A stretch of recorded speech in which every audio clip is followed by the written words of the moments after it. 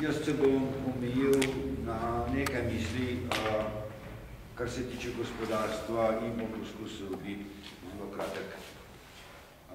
Menim, da je zelo umestno, da je Zbor za Republiko sklical to novinarsko konferenco tudi z namenom, da pozove vlado, da takoj po prejemu poslov analizira dejansko finančno stanje.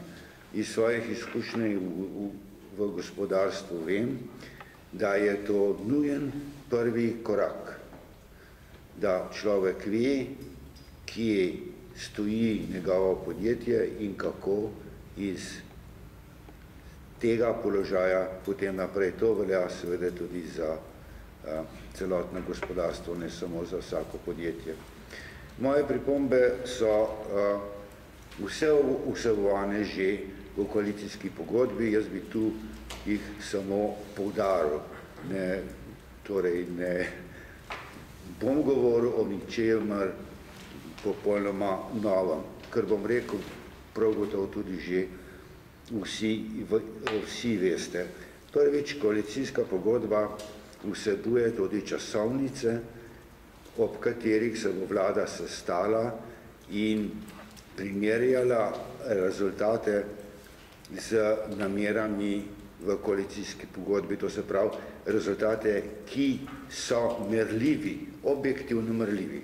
To je prvič, da je katerakoli vlada v Sloveniji, da se je odločila, da bo na ta način kontrolirala izvajanje svojega programa in Zbor za Republiko pričakujem, da bo seveda tudi to spremljal.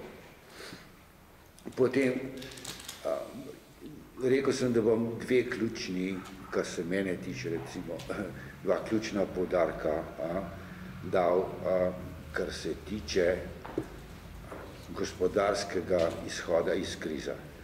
Prva, to so majhna in srednja podjetja, kot veste, to zajema približno dve tretjini vsega gospodarstva in tu je ključ, ali pa eden izmed ključev, pomembnih ključev za izhod iz gospodarske krize.